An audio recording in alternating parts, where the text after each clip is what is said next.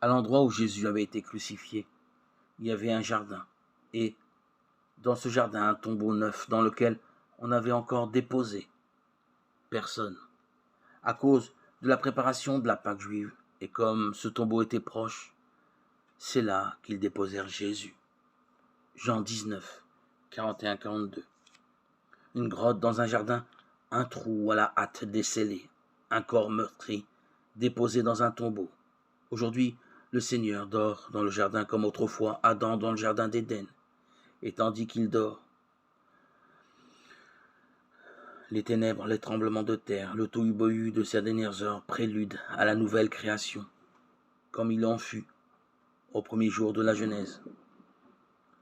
C'est le grand Shabbat où l'on repose, le jour du vide et de l'absence. Aujourd'hui, rien, rien et c'est tout.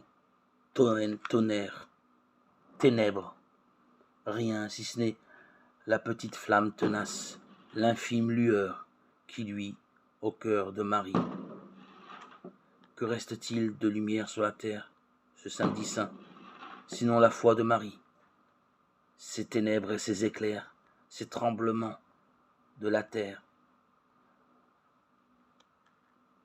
devant son fils enseveli Marie, se souvenait des jours de sa maternité. Elle se rappelait cet enfouissement premier de Nazareth. Nazareth, un trou, disait-on, dont rien de bon ne pouvait sortir. 30 ans de vie ensevelie dans l'obscurité d'une bourgade galiléenne.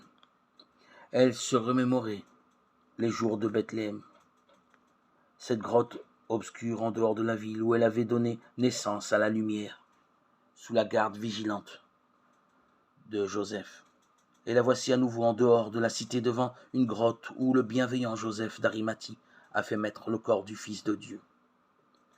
Elle contemple ce sépulcre inviolé, aussi intact que ses entrailles maternelles, comme le Seigneur était sorti virginalement de son sein au jour prévu par le Seigneur, notre Père. Il sortirait victorieusement de ce tombeau, comme notre Père l'avait décidé. Elle le savait, elle le pressentait. Tout éveillait en elle cette foi.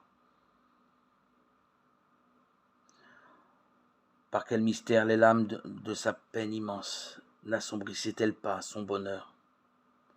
Ils étaient venus les temps de sa béatitude. Heureuse celle qui pleure, elle sera consolée. On a placé sa tombe avec les méchants, son tombeau avec les riches, et pourtant, il n'avait pas commis de violence. On ne trouvait pas de tromperie dans sa bouche. Isaïe chapitre 53, verset 9.